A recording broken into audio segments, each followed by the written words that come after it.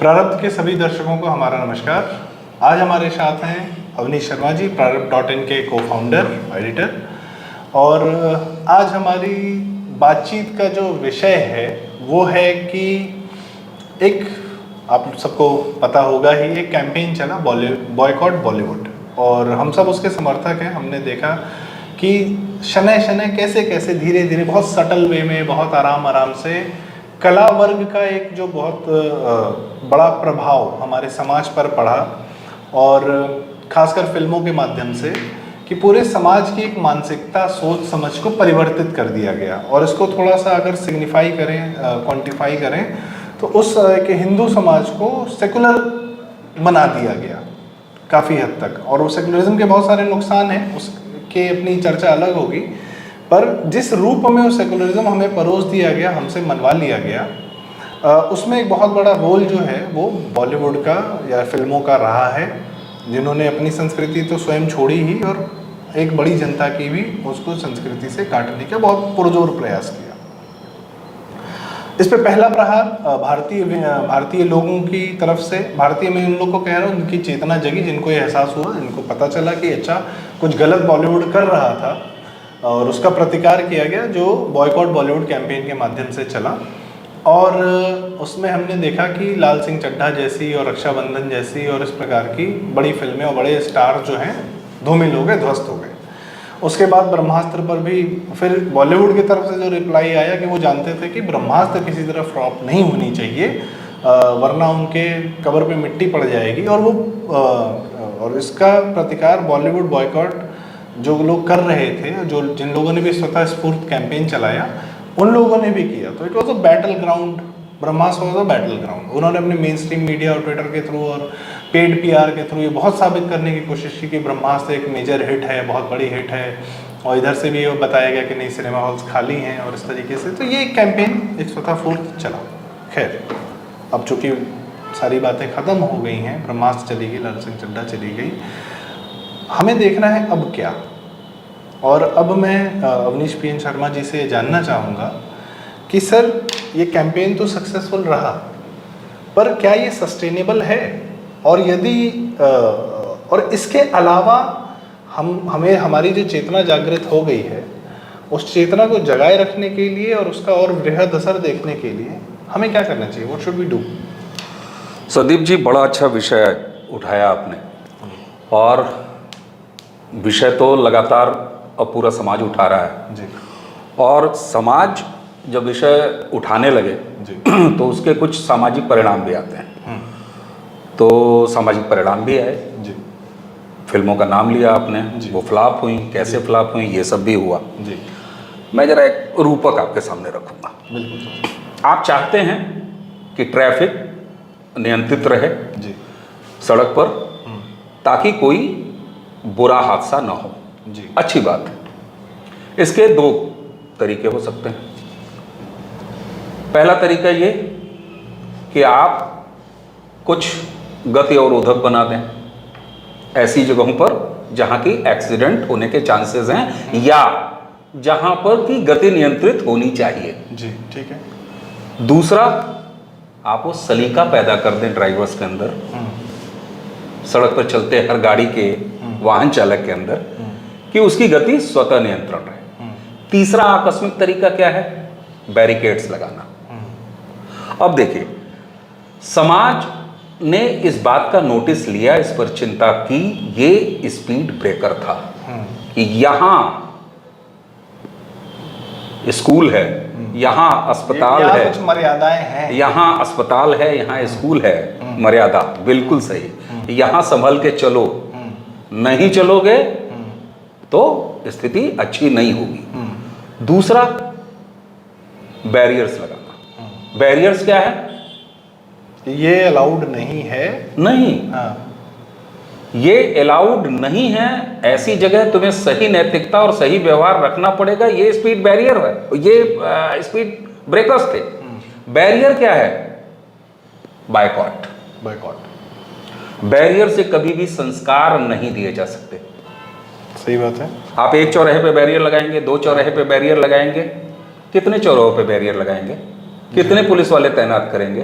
कितने लाठी डंडा लेके लोग कहेंगे ये फिल्म नहीं देखनी है, वो देखनी है। वो देखनी है तो फिर एक विमर्श इस देश में आएगा, क्यों देखनी है, क्यों वो नहीं देखनी है। और ये हर फिल्म दर फिल्म एक इवेंट बन जाएगा। और जहां पर खानदान में, मोहल्ले में, शहर में, परिवार में 3 शादियां लगातार हो जाएं, तो चौथी शादी में या 5वीं शादी में लोग बड़े आराम से अनुपस्थित हो जाया करते हैं। और लोग इसको मान लिया करते हैं कि अरे नहीं, छोटू तो पिछली शादी में आए थे, पप्पू में आए थे, गच्चू में आए थे, मुन्नी में नहीं आए। टेकन फॉर ग्रांटेड हो जाता है। लड़कों की अवॉइड कर देते हैं, लड़कियों में चले जाते हैं। हाँ, इसलिए मैं कह रहा हूं कि इस रूपक के माध्यम से मैं सिर्फ यही बता रहा हूं कि बायकॉट फिल्म दर फिल्म, एक फिल्म छांट के इसका बायकॉट, दूसरे को हिट कराना, तीसरे का बायकॉट, चौथे को न देखना, 5वें को फिर देखना, इससे नहीं होगा। इसका अस्थाई हल कब है? इसका अस्थाई हल यह है कि वह ड्राइवर्स यानी फिल्म मेकर्स, क्रिएटर्स, रचनाकर्मी, स्क्रिप्ट लिखने वाले, ऐसी स्क्रिप्ट क्या चयन करने वाले डायरेक्टर्स, उस पर पैसा लगाने वाले फाइनेंसर्स, निर्माता, उसमें काम करने वाले एक्टर, एक्ट्रेसेस, इन सब के अंदर ये मर्यादा पैदा हो जाए, ये नैतिकता पैदा हो जाए कि समाज के इन मूल्यों का हमें पालन करना है जी। और वहां यह काम समाज ने पहले दौर में कर दिया है। यहाँ अस्पताल है, यहाँ स्कूल है, हॉर्न नहीं, बड़ा स्पीड नहीं, रफ ड्राइविंग नहीं, तो समाज ने अपना काम ये कर दिया है। इसे संकेत की तौर पे लिया जाए। ये जो बाइकआउट का एक दौर चला, इसको संकेत के तौर पर लिया जाए और ये आशा की जाए कि जो इसके क्रिएटर्स पक्ष है वो इस बात को समझ जाए। और एक चीज जान लीजिए, वह एक व्यापार है, रचनाकर्म है, बिल्कुल है जी। मैं एक संस्कृति कर्मी के होने के नाते कहता हूं कि पहले वो रचनाकर्म है, लेकिन उसके साथ व्यापार है, बहुत सारे लोगों की रोजगार है, बहुत सारी पूंजी है, बड़ा खेल है।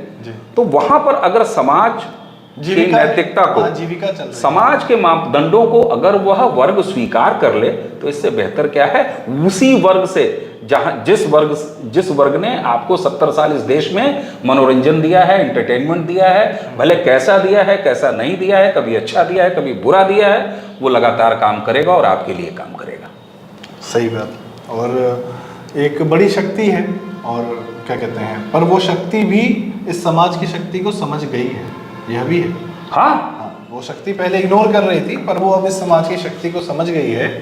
और इसमें बात यही आ रही थी कि ये जो बॉयकॉट कैंपेन है हमारा, ये बहुत सेंटिमेंट से, जैसे अक्सर किसी फिल्म मेकर से पूछा जाता है कि आपने ये फिल्म क्यों बनाई, या आपने, तो वो कहता है ये कहानी मेरे मन में कुलबुला रही थी। या एक पेंटर से पूछा जाता है, या लेखक से पूछा जाता है किताब क्यों लिखी, तो वो ये कि मैं इस व्यवस्था से परेशान था, या ये मैंने कहीं समाज में ये एक इंसिडेंट देखा, उसने मुझे परेशान किया।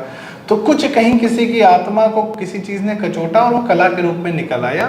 लेकिन भारतीय समाज जो अभी हमने बॉयकॉट किया है, उस पर ये लगा कि ये उसके भी आत्मा को बॉलीवुड या समाज की कुकर्मों ने कचोटा है। तो ये हमारा भी एक तरीका था बताने का कि भाई हम कुछ चीज़ें हमें भी तकलीफ देती हैं। ऐसा नहीं है कि सिर्फ आप ही की तकलीफ है, आप उसको अपनी कला के माध्यम से दिखाए जा रहे हैं, हमें कोई तकलीफ नहीं है, ऐसी बात नहीं हो सकती है।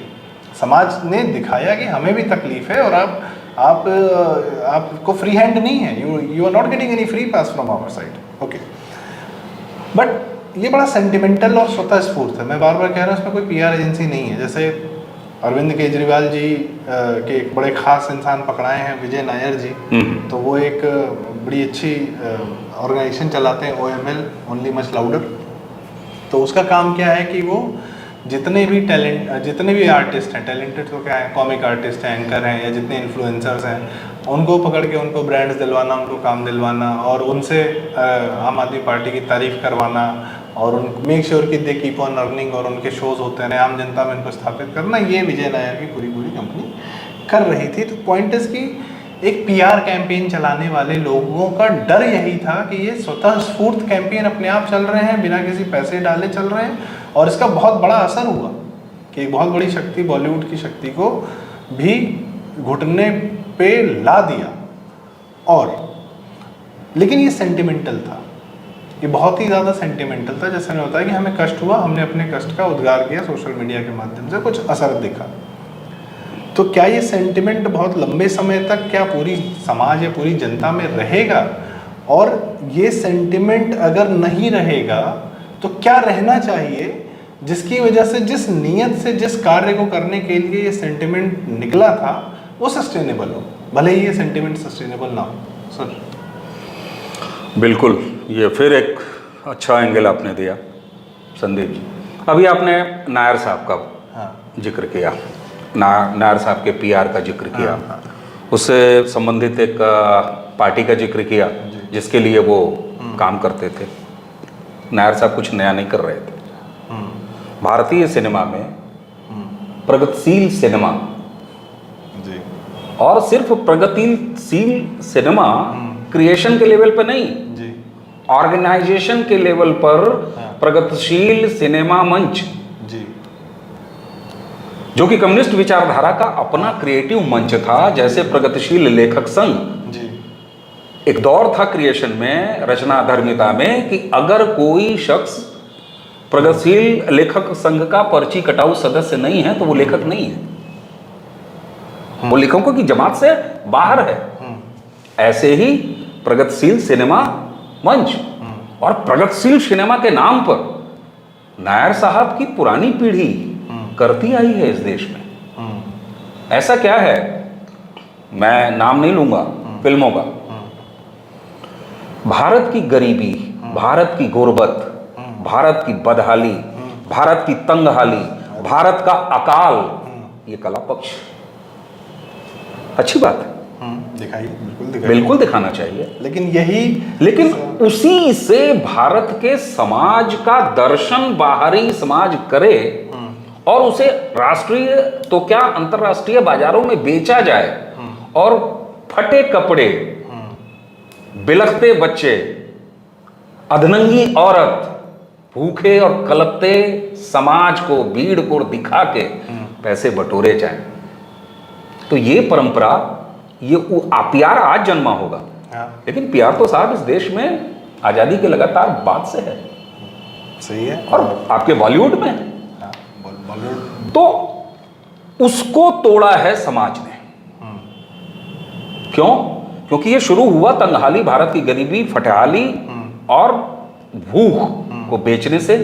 उसके बाद ये आया आपके धर्म, आपके सेंटिमेंट, आपके प्रतीक, आपकी संस्कृति, चाहे वो आपकी भोजन संस्कृति हो, चाहे आपकी कपड़ा, आपके वस्त्र पहनने की संस्कृति हो, चाहे आपके रीति तीज त्योहारों की संस्कृति हो, उस हर जो जगह चोट की गई कला के नाम पे, वो प्रायोजित था।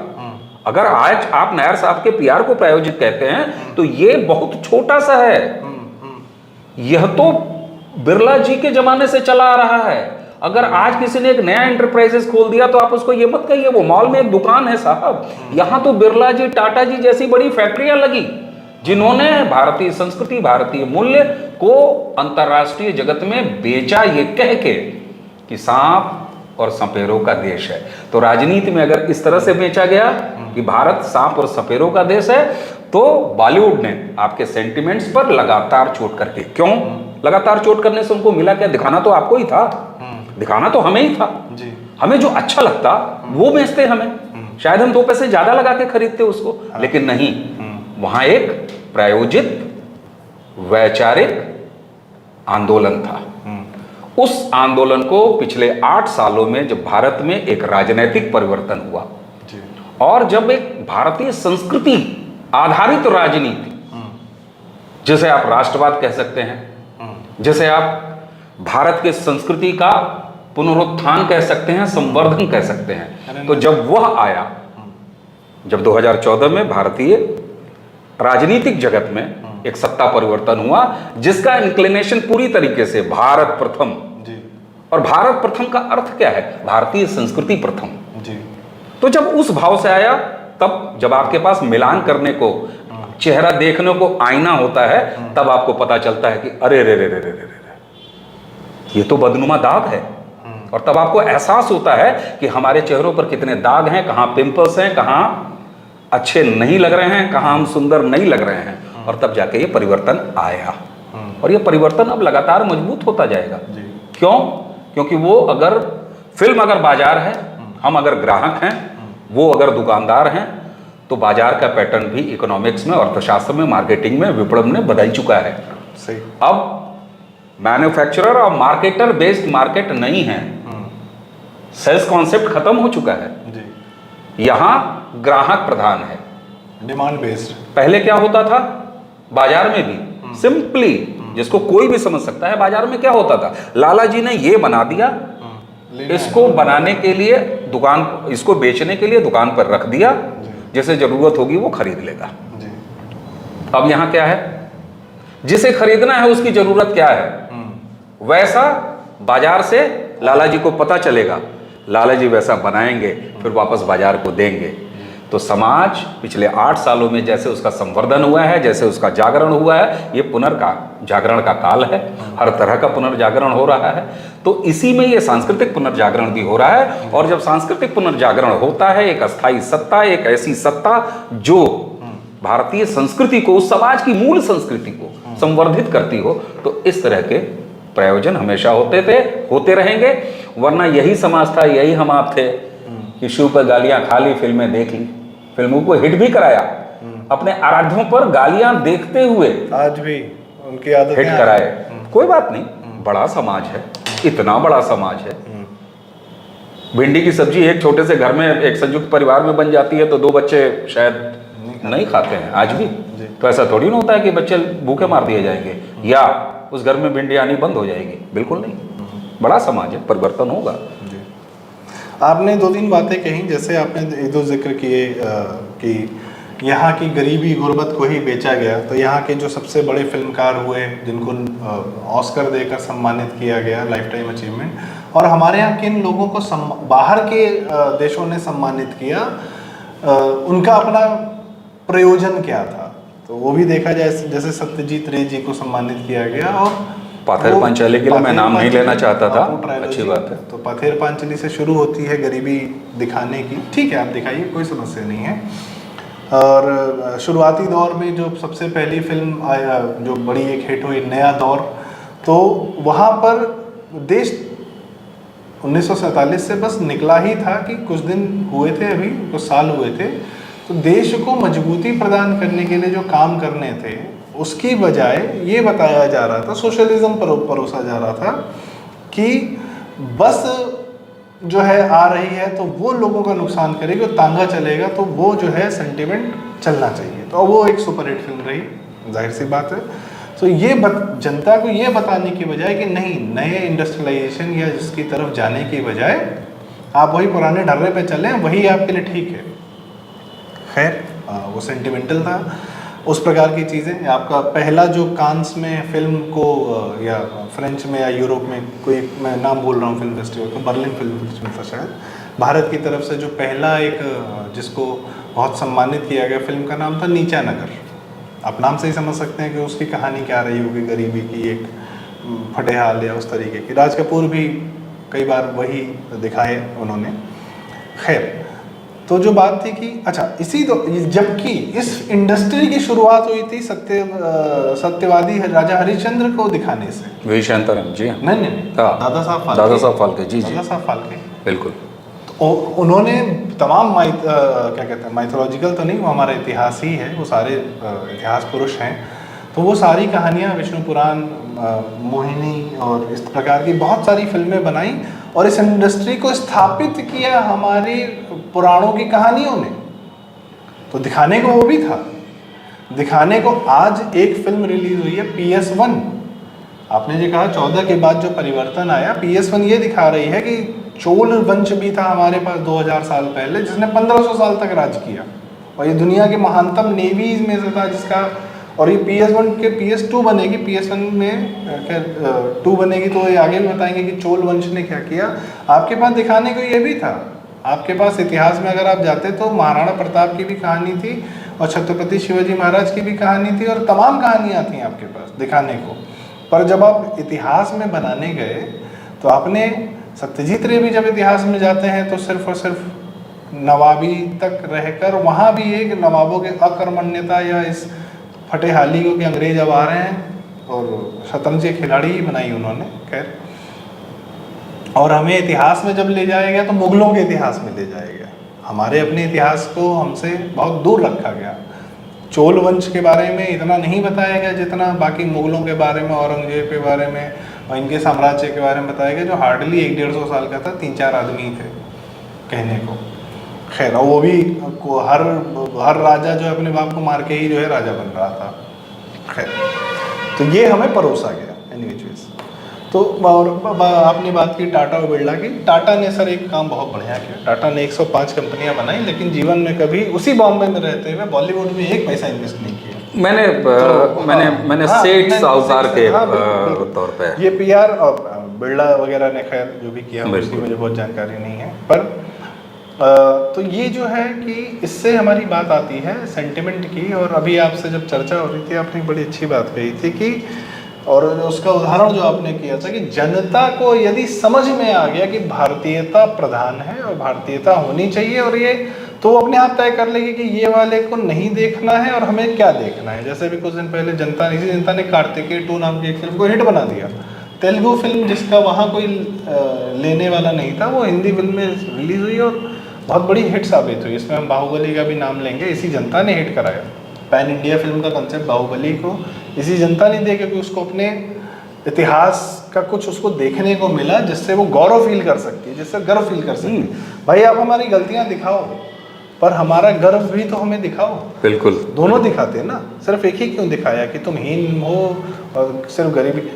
आप कुछ गौरवशाली चीज़ें भी दिखाते, कुछ आपके पास कहानियों का भंडार है, इतिहास का भंडार है, सत्य का भंडार है। संदीप जी यहाँ मैं थोड़ा इसमें मैं आपसे एक बस छोटा सा, मैं एक्चुअली आप बात में ही आ रहा था कि ये जो अब हमारा सेंटिमेंट है, ठीक है, ये हमारा सेंटिमेंट है, पर अब इस सेंटिमेंट को सीमेंट बनाने की जो प्रक्रिया है वो क्या है कि ये भारतीयता प्रधान जो मानसिकता है, और इस कला क्षेत्र में particularly we are all talking about this art forms, paintings, और क्या बोलते हैं आपके पेंटिंग में भी आपने किसको अहमियत दी? मकबूल फिदा हुसैन को। वो भारतीय देवी देवताओं के चित्र बनाकर प्रसिद्ध हो रहे हैं। हाँ, उनको टाटा ने ज़रूर अच्छा प्रोत्साहित किया, अन्य लोगों ने भी किया, और भी बहुत सारे हैं अक्सर। और चित्रकला में आपके पास बहुत कुछ था, आपके पास राजा रवि वर्मा थे, बहुत सारा इतिहास है। प्रसंग है महाभारत के, रामायण के प्रसंग है, जिस पे कितनी कमाल की चित्रकलाएं बनी हैं, कितना इतिहास आप दिखा सकते हैं आज, और कंटेम्प्रेरी भी आप दिखा सकते हैं। पर एक गौरव की फीलिंग आपको नहीं कराई गई, आपको हमको नहीं कराई गई, इसकी शिकायत तो भैया है। और यही चेतना जागृत हो कि ये काम क्यों नहीं किया गया। तीसरा मेन मैटर ये है कि ये सर, ये जो हमारा सेंटिमेंट है जो अब जाग गया है, अब ये हमारे अंदर कुलबुलाता रहता है। अब ये कहीं ना कहीं निकल के तो आता ही है, ठीक है। इसको सीमेंट करने की क्या प्रक्रिया है कि ये अब पूरी तरह प्रतिस्थापित हो जाए, पर्टिकुलरली कला फील्ड में। मैं हम लोग उसी की चर्चा कर रहे थे, जी। और आप कुछ कह रहे थे, आप अपनी बात। बिल्कुल नहीं, और ये इस बात के साथ हम फिर अपनी बातचीत को रैप अप करते हैं। बिल्कुल, आप जहाँ आए कि सेंटिमेंट तो जग गया है, अब ये सीमेंटेड कैसे होगा? बिल्कुल सही बात है। देखिए, वामपंथी भाइयों लोगों का एक बड़ा काम करने का जो उनका तरीका होता है, समस्या को एड्रेस करिए। समस्या को एड्रेस करना इस जीवन का सबसे आसान काम है। फलाने ने क्या किया, फलाने ने हमको कैसे ठगा, फलाने ने हमको कैसे बहकाया, आप समस्याओं पे बात करते रहिए। ये सबसे आसान तरीका है। सबसे कठिन बिंदु अब हम डिस्कस करने जा रहे हैं, समाधान, कि सेंटिमेंट सीमेंटेड कैसे हो, समाधान क्या है।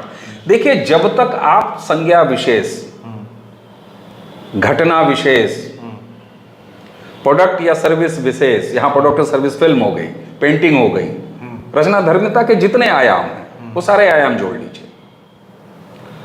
लेखन हो, पेंटिंग हो, फिल्म मेकिंग हो, थिएटर हो, सिंगिंग हो, आप गानों में भी तो देखिए किस तरह की चीजें हो रही।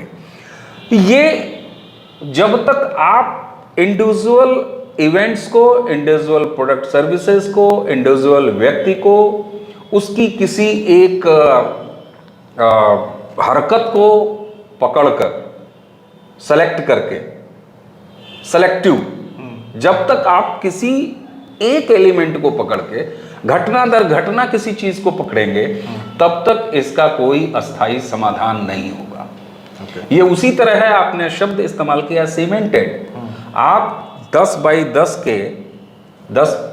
10 स्क्वायर फीट के एक प्लेटफॉर्म को सीमेंटेड करना चाहते हैं, और जब आप छड़ के किसी एक हिस्से पे एक बोरी सीमेंट डाल देंगे, फिर कूद के दूसरे बोरी पर दूसरा सीमेंट डाल देंगे बोरी का, तीसरे पे तीसरा डाल देंगे, आप एक दिन थोड़ी गिट्टी डाल देंगे, कहीं पानी डाल देंगे, कहीं पानी डाल देंगे, कहीं गिट्टी डाल देंगे, कहीं सारा खत्म हो गया तो मिट्टी डाल देंगे, कहीं वो भी नहीं रह गया तो उधार की रेत डाल देंगे, किसी दिन कुछ भी नहीं मिला तो सड़क का कूड़ा उठा के उस पर डाल देंगे। आपने पाट तो दिया, पट जाएगा, लेकिन जैसे ही आप नीचे का सांचा खोलेंगे वैसे ही सारा कुछ नीचे आ जाएगा।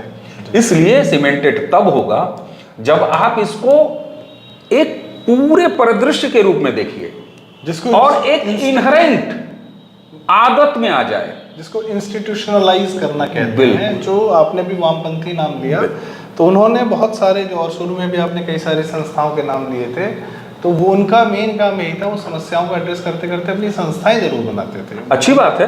हाँ, और या किसी संस्था में जाके स्थापित हो जाते थे। नहीं देखिए, ऐसा है ना, यहां समस्या को एड्रेस कर रहा है।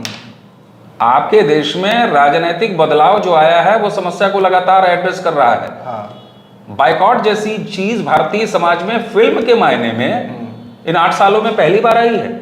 उठाइए जरा 70 साल का इतिहास, 75 साल का इतिहास इस देश का, जब कभी किसी आयोजन, ठीक है पहले भी बाइकॉट होता था, पर वो बड़ा किसी घटना विशेष, घटना किसी के विशेष, व्यक्तिगत इंटरेस्ट, समाज का इंटरेस्ट उसमें नहीं होता था। इवन नहीं, समाज का भी होता था, पर वो बड़े क्षणिक, किसी क्षणिक हुआ चला जाए, किसी एक शहर के छोटे से हिस्से में। इसीलिए हम बात कर रहे हैं ना कि अस्थायी समाधान इसका क्या है। अस्थायी समाधान इसका यही है कि जब दोनों पक्ष ये समझ जाए कि हम स्वीकार नहीं करेंगे, देने वाला पक्ष भी ये समझ जाए और स्वीकार भी कर ले कि हम जो दे देंगे वो अब स्वीकार नहीं होगा। यानी कुल मिलाकर पूर्व निर्धारित एजेंडे के साथ किसी तरह का कोई रचना कर्म यह समाज अब स्वीकार नहीं करेगा। इस बात को जिस दिन समाज ने स्वयं के अंदर आत्मसात कर लिया, उसकी आदत में आ जाएगा। नहीं, हम आप कोई ज्ञानी नहीं हो सकते जो ये लोगों को डिक्टेट करे कि ये फिल्म देखिए और इस फिल्म को मत देखिए। ये कब तक चलेगा? यह हर एक व्यक्ति, यह तो असली सीमेंटेड तब होगा जब एक पिता के रूप में, एक घर के मुखिया के रूप में, मान लीजिए मैंने कहा कि हम सारे लोग इस इतवार को ये फिल्म देखने जा रहे हैं, और हमारे घर के 2 बच्चों ने ये पलट के कहा कि नहीं नहीं, इसका रिव्यू आपने देखा है, इसका रिव्यू ऐसा है और इसमें ये कंटेंट है और इस तरह की बात है, इस तरह का एंगल है, हम नहीं देख रहे। आप देखना चाहते हो तो देख आइए। ये जागृति जी, ये परमानेंसी जब आ जाएगी ना। लेकिन यहां मैं ये नहीं कहूंगा, खारिज नहीं करूंगा कि बाइकॉट जैसे आंदोलन या बाइकॉट जैसे सामाजिक चेतनाएं, इसकी आवश्यकता नहीं है, लगातार आवश्यकता है। इसी ने तो जगाया, लगातार आवश्यकता है। कभी कभी तगड़ा धक्का मारना। मैं वही कह रहा हूं, अभी मैंने एग्जांपल दिया 10 बाई 10 को आप टुकड़ों में पाटेंगे, लेकिन एक चीज और बता दूं, 10,000 स्क्वायर फीट का अगर कोई कंक्रीट का प्लेटफॉर्म बनाना है तो एक साथ नहीं बन सकता। हाँ, टुकड़े टुकड़े में बनता है। सबकी आवश्यकता है, तो बस ये काम करने की जरूरत है, और ये शनय शनय होगा। और मुझे पूरा विश्वास है कि बायर टेकर्स अगर एक फर्म हो गए और सेलर्स को ये समझ आ गया, मैं तो चाहूंगा कि ये सेलर्स ध्वस्त हो जाएं और इन्हीं टेकर्स में से सेलर्स निकले। इन्हीं में से आएंगे, इन्हीं में से आ रहे हैं। कश्मीर इन्हीं फाइल में से आ बहुत रहा बड़ा है। उदाहरण। कश्मीर फाइल यहीं से आई, बहुत बड़ा और भी उदाहरण। तमाम आपने दूसरी भाई, फिल्म का जिक्र सर, किया, वो भी वहीं से आ रही है। सर, कश्मीर फाइल्स की सबसे बड़ी सफलता ये है कि उसने आपको आपका दुख देखना और महसूस करना सिखा दिया। बिल्कुल, आप तो सिनेमा जा ही रहते अपने दुख को भूलने के लिए। बिल्कुल बिल्कुल। आपको आपका दुख, कष्ट, भविष्य, भूत आपको दिखा रहा है, आप रो रहे हैं और आप देखना चाहते हैं उसको। ये कितना सुखद बदलाव है। आप तो उसको इग्नोर करके वहां जा रहे हैं आप, सिनेमा हॉल में। यह पहली घटना है, ऐतिहासिक घटना है इस देश में कि लोग रोने और दुखी होने के लिए फिल्म थिएटर तक गए जी, आंसू बहाने के लिए फिल्म थिएटर तक गए। फिक्शन के पे नहीं, फ्रिक्शन पे नहीं, असलियत देखने के लिए गए। देखिए तो बिल्कुल।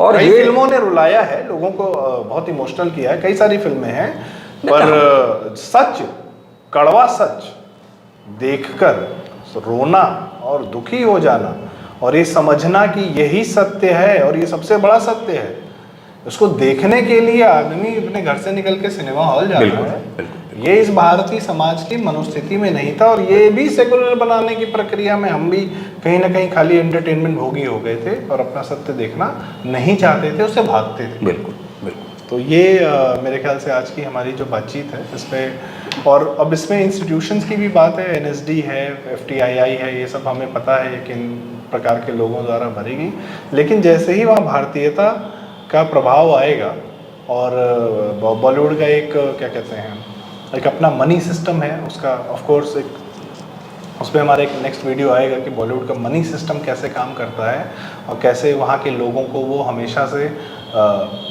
वो बहुत ही अलग है, बहुत ही अजीब है वो, कैसे वहाँ के लोगों को वो हमेशा पोषित रखता है और वो मनी भी जहाँ से आता है, जिस प्रकार के लोगों से आता है, तो जैसा अन्न वैसा मन, तो बॉलीवुड के लोगों को उस पैसे ने ही जो है ख़राब किया है, उस प्रकार के पैसे ने।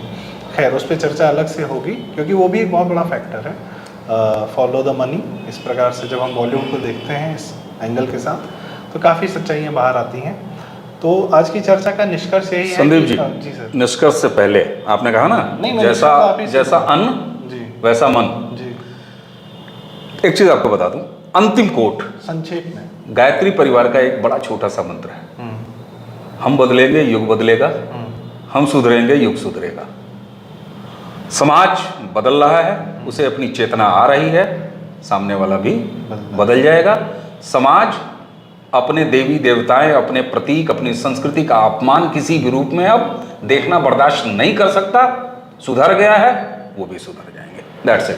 बस ठीक। और इसमें बात वही है जो आपने अभी पहले कहा था कि सेंटिमेंट जो है अच्छी चीज़ है, अपनी जगह है, पर अब समझ हो विकसित हो जाए, सेंटिमेंट समझ में परिवर्तित हो जाए तो बहुत बड़ी उपलब्धि होगी। तो इसके साथ हम आज अपनी चर्चा को विराम देते हैं। Thank you for listening to us. Kindly like, share and subscribe to the channel. हम आपको अगर हमारा वीडियो पसंद है तो आपसे अनुरोध है कि हमारा चैनल शेयर करें, लाइक करें, सब्सक्राइब करें, इस वीडियो को लाइक करें। और इसके साथ आज की चर्चा को विराम देते हैं।